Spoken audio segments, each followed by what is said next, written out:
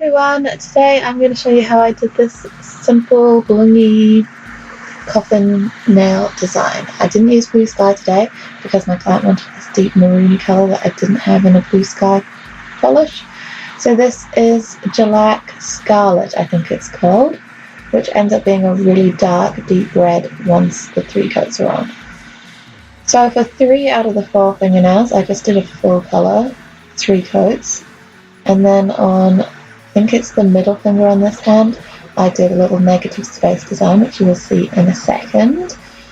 This nail here is going to be a full glitter nail, but I chose to have the red colour as the background because I didn't have a similar coloured glitter.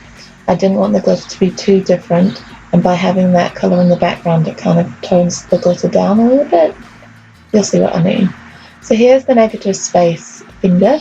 Just making a V shape with my little detail brush at the cuticle, and I'm going to leave that V cuticle area as negative space and then fill in the rest of the nail just with my polish brush, and then I do go back with my detail brush again just to get right into those top corners without getting polish all over the nail.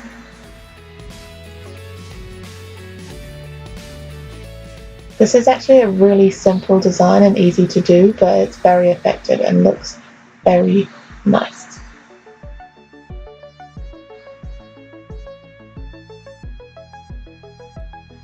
So I've done the 3 coats, and now into the tacky layer I am pressing some, it's called black Holo glitter, but it's more of a grey really. Just pressing that into the tacky layer on the full glitter finger, and then on the ring finger I'm doing a glitter fade. If you want a more in-depth video on how to do a glitter fade, I do have another one somewhere in my nails playlist, but basically just pop it on and blend it down the nail. Then I am adding a top coat to the glitter nails to smooth that out. You can see how having that red underneath the glitter kind of keeps it in the same colour family-ish. Then I'm adding some top coat to the negative space nail, and I'm just putting 1 rhinestone into that before I cure the top coat. And then on the pinky finger, I am putting more top coat, and I'm going to do a little cluster here.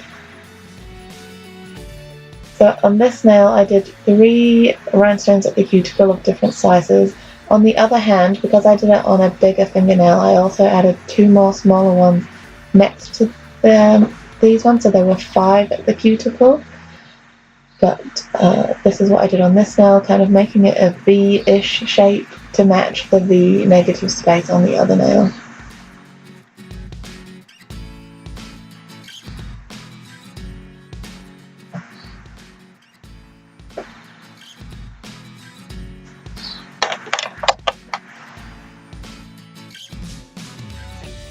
Just move them around until you're happy with it, and then cure them to set them in place. I missed the top coat section of that, but you'll see I think on the thumbs.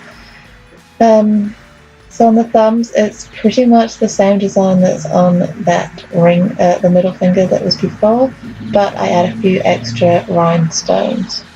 One tip I will say with the rhinestones,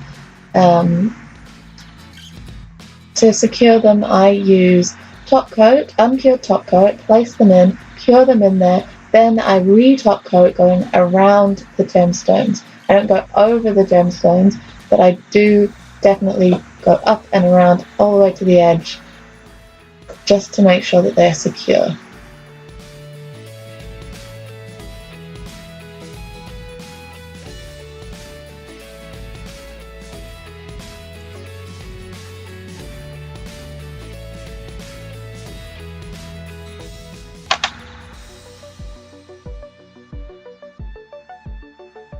So there we go, with 3 coats of colour on there, I'm now putting in my top coat again, and I'm going to add a few rhinestones. I decided to add a few more rhinestones on this nail, 1 because the nail is bigger, and 2 because there was a little bit of the last polish colour I'd used on the negative space, which was very annoying, so I covered it up with rhinestones.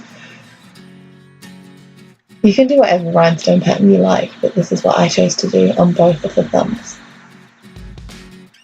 Then I went ahead and cured it in the light and top coated again, going around the gemstones. If you end up getting a lot of polish on the gemstones, you can use a dry brush to get it off, or at least try and remove as much as you can. I do find it's quite hard to avoid the really small rhinestones, not getting them covered in top coat, but it doesn't really matter if you get them covered in top coat, but I just think it gives a better look if you don't cover them in top coat. So there is the finished design. I hope you enjoyed this video and, I don't know, learned something useful. It was very simple, not really a lot of art involved, just a whole lot of embellishment. Anyway, thank you for watching, and I will see you in my next video.